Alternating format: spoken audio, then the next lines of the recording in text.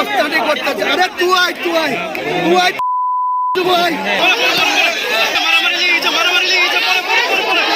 মস্তানি করতেছে। আরে তুই আয় আরে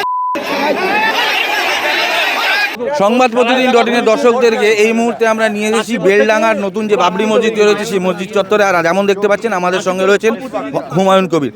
দাদা, সংবাদ প্রতিদিন ডটিনে আপনাকে স্বাগত।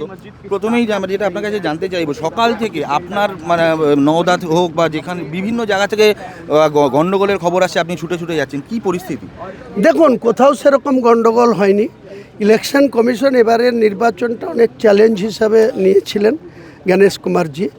তা নাহলে 21-এ 8 দফায় আর 24-এ 7 দফায়, এবারে 2 দফায়। আজকে 152টা সিটের ভোটের মধ্যে আমি দেখলাম যে কুচবিহারের কুমারগঞ্জ বিজেপি প্রার্থীকে হ্যাকেল হতে হয়েছে। আর এখানে নওদাতে শিবনগর বলে দুটো বুথ 9 নম্বর আর 10 নম্বর, রাতভর ওখানে টিএমসির গুন্ডারা, হাবিব বলে যে ব্লক সভাপতি হাবিব মাস্টার, ওর নেতৃত্বে 50-60 জন গুন্ডা রাতভর গুন্ডাগিরি করেছে। আম আদমি পার্টির সমর্থকদের উপর, বাচ্চা ছেলে থেকে শুরু করে মহিলাদের উপরে টর্চারিং করেছে পুলিশ সাথে নিয়ে। ওর নিজের হিম্মত নাই, তাহলে ওকে ছিঁড়ে খেয়ে নিত, কিন্তু পুলিশ সাথে করে নিয়ে গিয়ে গুন্ডাগিরি করেছে। আমি সকালবেলায় গিয়ে সেখানে 2টো এজেন্টই ঢুকিয়ে দিয়েছি। তারপরে যখন বেরিয়ে আসছি তখন দেখা যাচ্ছে ও 30 মিটারের মধ্যে ওর সান্ডা বান্ডা পুলিশ সাথে করে আমার উপরে অ্যাটাক করেছে। আমি পাল্টা প্রতিরোধ করেছি। আমার কাছে সেন্ট্রাল ফোর্স আমার সিকিউরিটিতে ডিপ্লয় ছিল, তাই আমি বেঁচে গিয়েছি।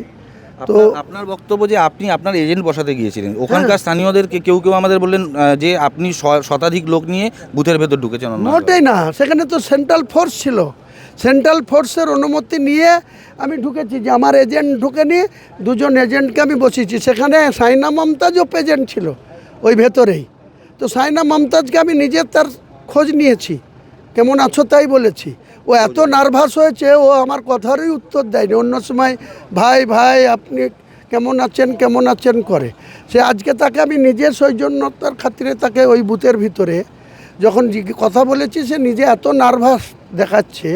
তারপরে বুথ থেকে যখন এজেন্ট বসি বেরিয়ে এসছি, 20 গজের মাথায় রাস্তার উপরে ওর সান্ডাবান্ডা এবং পুলিশের প্রেজেন্টে অ্যাডিশনাল এসপি মজিদ খানের নেতৃত্বে নওদার ওসিটা বাদ দিয়ে যত পুলিশ অফিসার আছে, কেন্দ্রীয় সিআরপিএফের বাহিনী প্রায় 100 জন ছিল, তাদেরকে কোনো কাজ করতে দেয়নি, কোনো কাজে লাগায়নি। আমাদের উপরে ন্যাকেটলি আক্রমণ করেছে। আপনি বললেন সৌজন্য দেখিয়েছেন, অথচ একটা ওখানকার স্থানীয়দের অভিযোগ যে 2 দিন আগে নাকি একটি বাচ্চা ছেলে বাঁশি বাজাতে যাচ্ছিল বলে স্থানীয় তৃণমূল পার্টি অফিসে নিয়ে গিয়ে তাকে চচ্চাপ্পর মারা। ওটা সেখানে মারা হয়েছে। কালকে রাত্রে একটা ছেলেকে এমন মারা হয়েছে, 12 বছরের একটা ছেলে, তার মুখ ফুক চোখের উপর এত মোটা হয়ে ফুলে গেছে। তাকে আমি মনমোহিনী হসপিটালে পাঠিয়েছি, সকালে 10টার পরে পাঠিয়েছি। আরও 2 জন ইনজোর হয়েছে। আমার ব্লক সভাপতির গাড়ি এখানেই আছে, ভাঙচুর করেছে সাইফুল ইসলাম, তাকে আমি রেস্কিউ করে আমার এখানে বাবরি মসজিদের আমার পার্সোনাল অফিস ঘরে এসিতে ওখানে রেখেছি। ওকেও তো অ্যাটাক করেছিল, ওকেও তো মেরে দিত যদি আমার প্রোটেকশন না থাকতো। আপনাদের বিরুদ্ধে অভিযোগ আপনারা নাকি আপনার সমর্থকরা নাকি গতকাল তৃণমূল প্রার্থীর ওপর বোমাবাজি করেছে। আরে ওটা ওদের মধ্যে ক্লাস আছে। সাইনা মমতাজের সঙ্গে শফিউজ্জামানের 2 বছর থেকে দ্বন্দ্ব।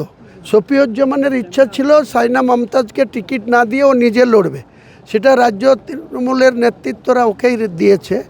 ওর সঙ্গে যে ক্লাস আছে সেটার বোমবাজি করে আমাদের কর্মীদের ফাঁসানোর জন্য আমাদের উপরে ঝুট।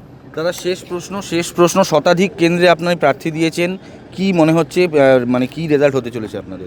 115টা আসনে প্রার্থী আছে, 142 ছিল, তার মধ্যে 25 জন প্রার্থীকে টিএমসি আমাকে ভয় পেয়ে 30 লাখ 25 লাখ 15 লাখ করে দিয়ে সব পারচেজ করেছে, কিনে নিয়েছে, বসিয়ে রেখেছে। তো 115 তো লড়াই আছে। 115-র মধ্যে বিহারে যে রেজাল্ট হয়েছিল, বিজেপি 100 কটা সিটে লড়ে 101টা সিট পেয়েছে। নীতিশ কুমার 105টা সিটে লড়ে 98টা সিটে লড়েছে। আমি 115টা সিটে লড়ছি। দেখবেন যে আমার রেজাল্ট কি আসে।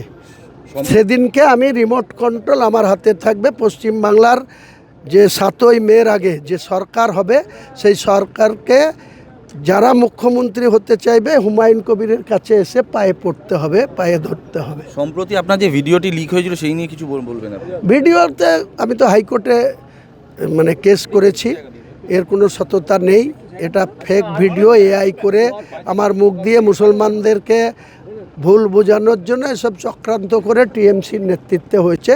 যারা যারা চক্রান্তের আছে তাদের বিরুদ্ধে নিশ্চয়ই জজ সাহেবরা একটা নির্দেশ দেবে, আসল সত্যিটা বেরিয়ে আসবে। আমি কোনো মুসলমানের সঙ্গে যতদিন বেঁচে থাকবো গদ্দারির কোনো প্রশ্নই নাই, তাদের বিরোধিতার কোনো প্রশ্নই নাই। আমি একজন মুসলমানের ছেলে, মুসলমান আমার স্বজাতি, আমার কম, তাদের সঙ্গে কোনো কেউ বদমাইশি করলে, কোনো বিরোধিতা করলে আমি বুক চিতিয়ে মুসলমানদের পাশে থাকব, লড়াই করব, সংঘর্ষ করব, জিহাদ করব। অনেক ধন্যবাদ, অনেক ধন্যবাদ দাদা। সরাসরি কথা বলছিলাম আমরা হুমায়ুন কবিরের সঙ্গে, নওদা এবং রেজিনগরের আম জনতা উন্নয়ন পার্টির যিনি প্রার্থী, একই সঙ্গে এই নতুন দলের প্রতিষ্ঠাতাও বটে। তিনি স্পষ্ট বললেন, আরও একবার দাবি করলেন যে ভিডিওটি সম্প্রতি ছড়িয়েছে তার সেটি ফেক ভিডিও। তিনি এই বিষয়টি ইতিমধ্যেই আদালতে মামলা করেছেন, সেই তিনি আশাবাদী সেই মামলার ফল আসবে তার পক্ষেই। এমনকি এই দাবিও করলেন 4 মে যে সরকার গঠিত, নতুন সরকার গঠন হবে, সেই সরকারের কিং মেকার হবেন তিনি। 115টি আসনে প্রার্থী দিয়েছেন, তার বক্তব্য হয়তো শতাধিক, না হলেও কম করে 80 থেকে 85টি আসনে বাজছে বাঁশি। সংবাদ প্রতিদিন .in-এর জন্য বেলডাঙ্গার বাবরি মসজিদ চত্বর থেকে ক্যামেরায় শুভজিতের সঙ্গে আমি সোমনাথ। এবারে ভাই ভোটের লড়াই এই এখানেই দেখবো।